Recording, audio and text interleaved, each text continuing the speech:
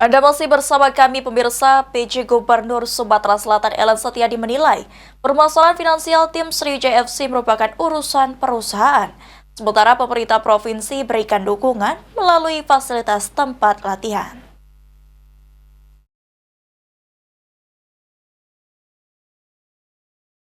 Tim Sriwijaya FC saat ini berada di dasar klasemen kompetisi Liga 2 dan mengalami permasalahan finansial setelah tidak mendapatkan dukungan dari BUMD yang ada di Sumatera Selatan, mengakibatkan Laskar Wongkito semakin terpuruk di kompetisi Liga 2 musim 2024-2025. Menanggapi hal tersebut, PJ Gubernur Sumatera Selatan Ellen Setiadi menilai tim Sriwijaya FC merupakan organisasi sepak bola dan bukan bagian dari OPD provinsi, sehingga dukungan yang diberikan berupa fasilitas tempat, dalam hal ini Jakabaring Sport City. Sementara untuk bantuan dana harus diberikan melalui dana dan harus sesuai dengan regulasi. Selain itu, menurut Ellen Setiadi, permasalahan finansial tim Laskar Wongkito atau tim Sriwijaya FC merupakan urusan perusahaan yang membawahi dari tim Sriwijaya FC. Sriwijaya FC itu kan bukan OPD dari provinsi.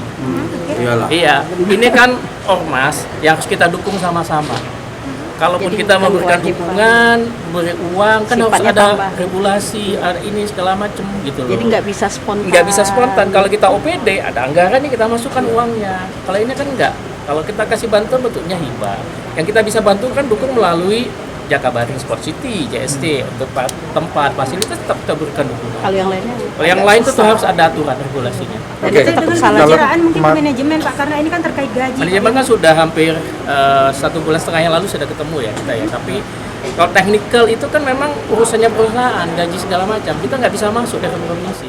Eki Saputra, PAL TV.